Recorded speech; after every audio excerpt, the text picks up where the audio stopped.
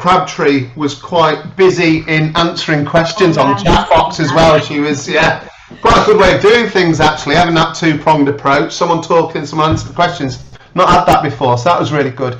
Just quickly, I want to bring Richard Farrell in from Netcall. And Richard, you're Chief Innovation Officer at Netcall. Obviously, you've been working with Blackburn and Darwin, I think predominantly around the citizen experience stuff. But as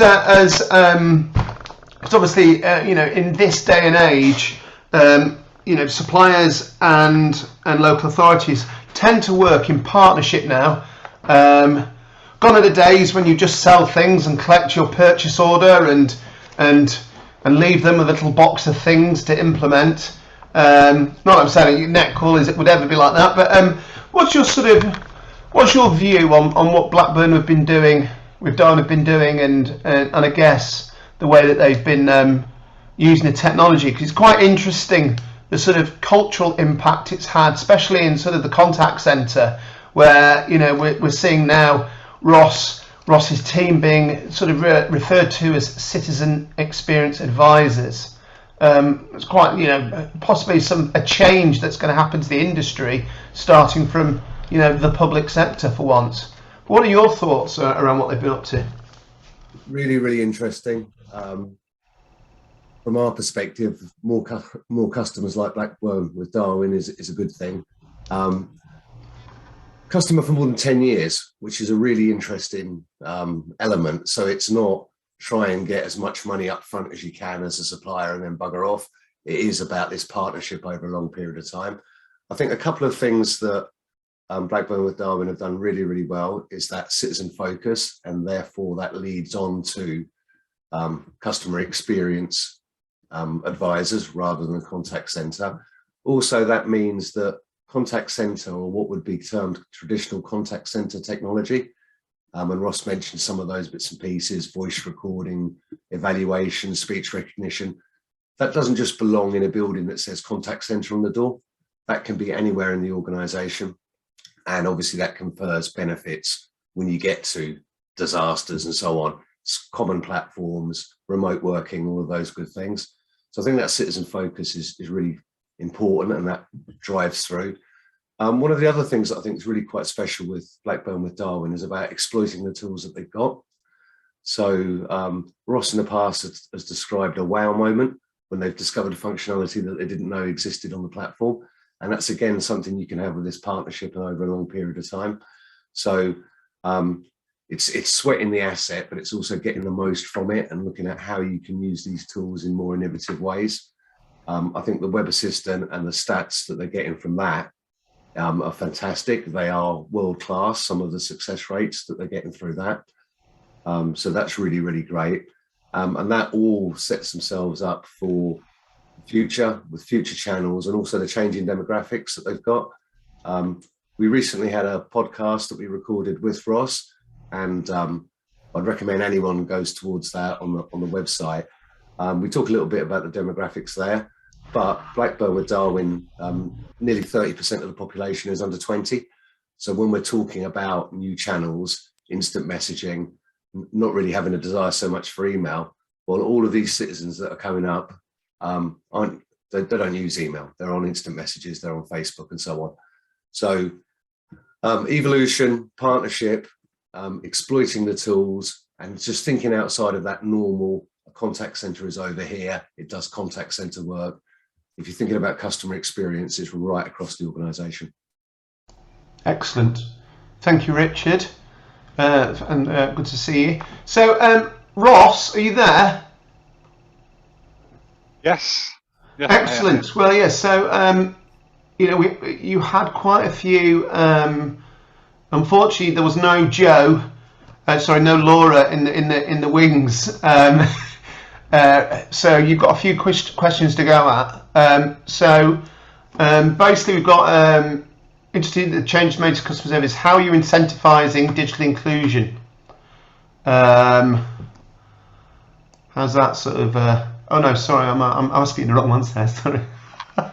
Right, hold on, wait a minute. Yeah, so so resource changes in services prior to contact portal rollout. How was transition handled, or was it just absorbed? It was absorbed, but we also, because we had a sort of a phased approach to budget savings, it was something that we could implement. But then we were delivering savings through natural attrition. So over a 2-year period, we actually reduced the headcount on general inquiries from 4 FTE requirement to now down to 1 FTE or equivalent, but spread across all teams. So yeah, we didn't.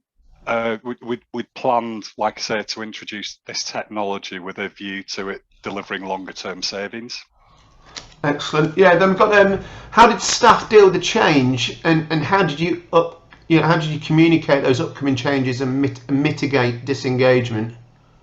Well, we had a gradual program, so we were looking, as we were bringing the contact center platform to the rest of the organization, we were targeting high volume service areas. So we were engaging with them, either myself, well, it was a combination of myself and Joe's transformation team. So we were looking at what the requirements were for each area, building the telephone lines, but also from the sort of qualitative and quantitative aspects of it, looking at what activity codes we wanted to put on there, what management information and data did we want to be able to gather for Joe's team to then be able to go back into the business a couple of months later, start analysing some of the data that they had available to them, and started to target specific areas within that service for transformation.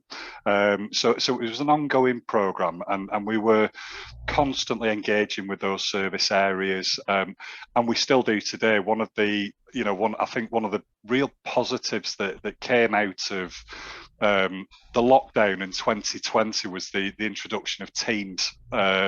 We started using it very early on in lockdown, out of necessity, because we were all home working, and it was a very easy way to communicate and to engage with staff. But what we've now got is essentially it's a Netcall user group on 100. Well, there's I think 180 people that are Netcall. Well, there's actually 500 registered users of our contact center platform, but in any one given day, it's around about 180.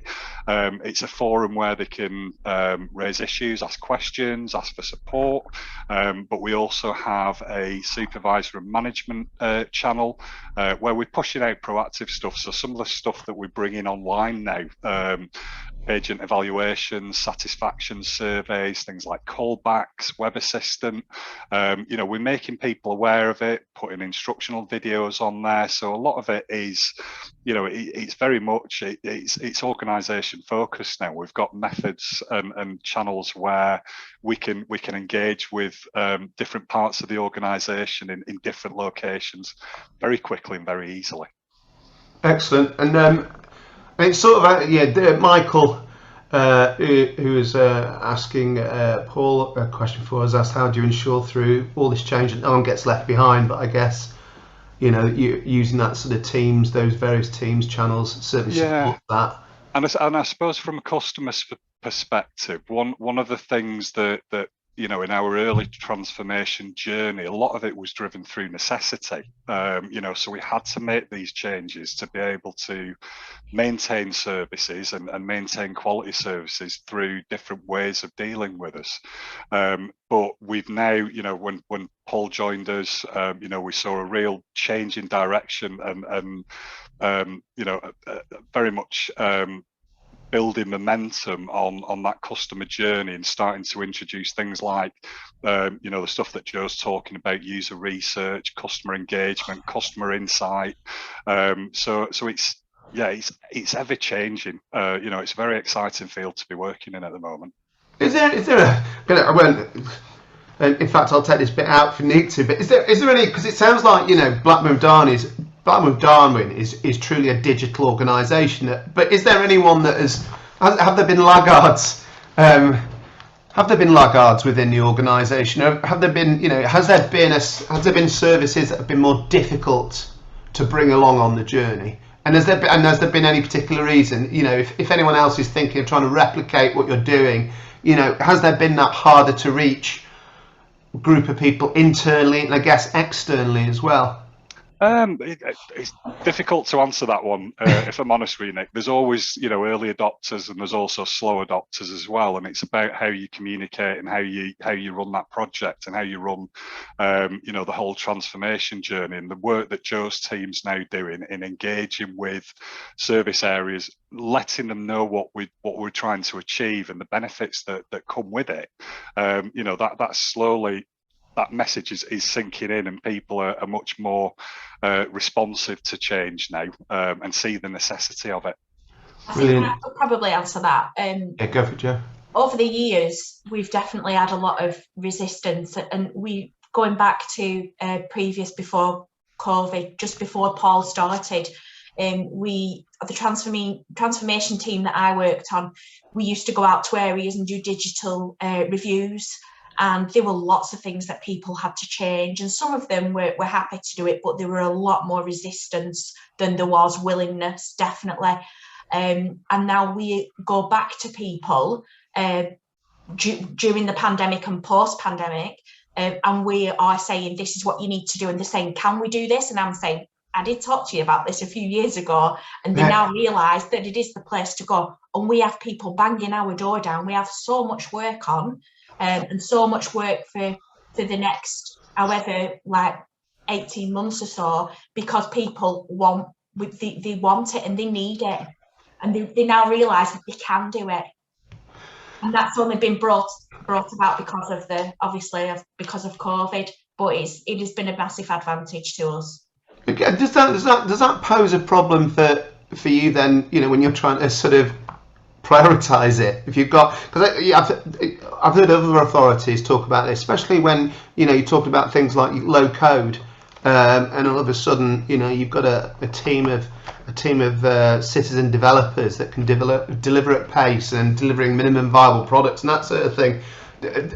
With all this sort of interest now, is that? I guess it's a nice problem to have, but how do you? All these people coming to you saying, we want this, we want that, we wanted it yesterday. How do you deal with that? We do prioritise things, and we have a scoring system. So if somebody comes to us, we prioritise based on scores, and we score on 4 things, and that's customer experience, return on investment, volumes. So it might be that one process is used it's available, like a bin. We have 64,000 addresses that would use that, but they might not necessarily use it. So, and then also if resources, so how much resource it will save. So they're the things that we score on, and we're just actually building the business case for the next financial year. We're looking at going out to every area of the business, and we're doing little workshops with them to say, what's your digital front door like? What do you need from the digital team? What have you got that we can either digitalise end to end, or what do you need to go on our digital customer portal? We're gathering all those requirements, and then we'll sit down and do some work scoring them, and then we'll put that into our business case for next year. And we want to touch on areas that we don't necessarily have that much contact with at the moment, like adults and children's. So no, that's excellent. That's probably something that's probably a scoring system that quite a lot of people could probably find very, very useful, I think, in this current climate. What else was going to ask you? Ross, just quickly, I've got one more, and then I'm going to ask you both a question. But someone has asked about, in your particular piece, someone has asked, do you offer the SMS hyperlink or send it wherever it is recognised a call is coming from a mobile? Yeah, so it's what in the Netcall platform, we use what are called logic blocks. So we're identifying the customer's CLI, so whether they're calling in from a landline or a mobile, and we only offer to send an SMS if they're calling in from a mobile. So it recognises that.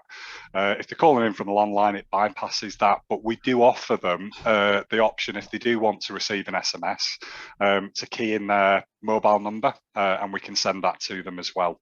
So the SMS itself will just have a little instruction to say, here's a link to how you can do, how you can report a missed bin, and it's got a hyperlink to the page on our website where they can actually do that transaction themselves. Excellent, thank you.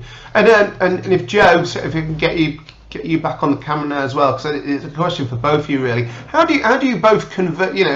How often do you converge then? I mean, do you work in the same? Are you based in the same building? Well, you're not anymore, obviously, but how does that sort of partnership working between the digital team and I'm going to call you the citizen experience team? Because I mean, I guess some people would almost say you're almost the same team. You're very much there is a convergence. You're not the same team, but there's quite a big convergence. So how do you manage and how do you work together? Yeah, I mean, we are part of the same directorate, so we are part of digital and customer services, which comes under Paul. So we are separate sections within it, but customer services are very much involved in the digital customer platform project. Dependent on what services we're looking at, advisors are involved in the user research. Supervisors, management are involved in the design decisions. I sit on the digital board along with Joe and other people that are on this call as well. So yeah, it is very much a collaborative working space. Things like Netcall, we are, Joe's team all have access to the full platform. They can analyze, they can pull data out of it, but it's also now going into our Power BI dashboards. So yeah, data is freely available, so we don't need to have that conversation about that. Joe and her team are very experienced in using that platform and know where to find stuff.